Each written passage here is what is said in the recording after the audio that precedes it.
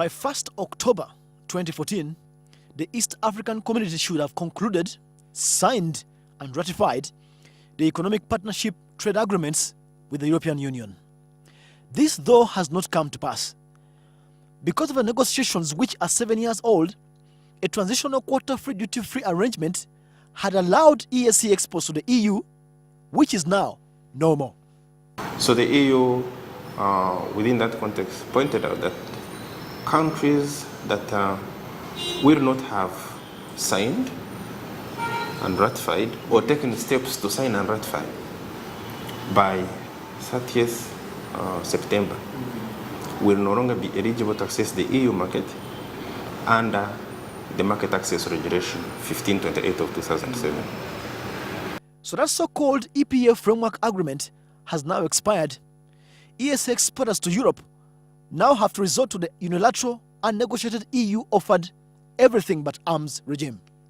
Now, in the case of the everything but arms, you can only source your production inputs from least developed countries or the European Union money, because it is only available for least developed countries. Uganda is classified as a least developed country. Kenya is not. Kenya is classified as a developing country. So we are at different levels of development.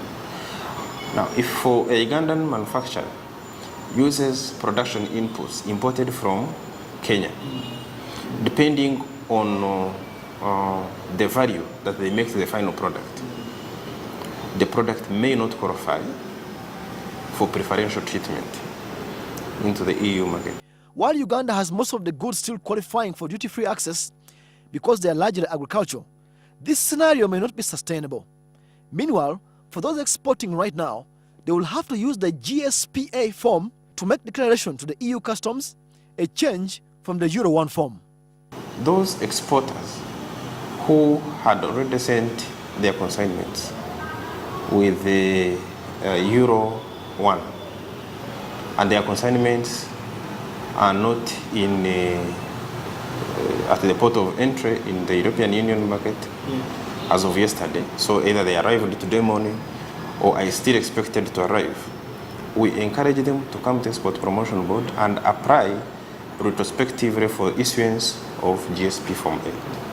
The Kenyan exporters are bearing the brunt, as duty will have to apply to the EU-bound exports.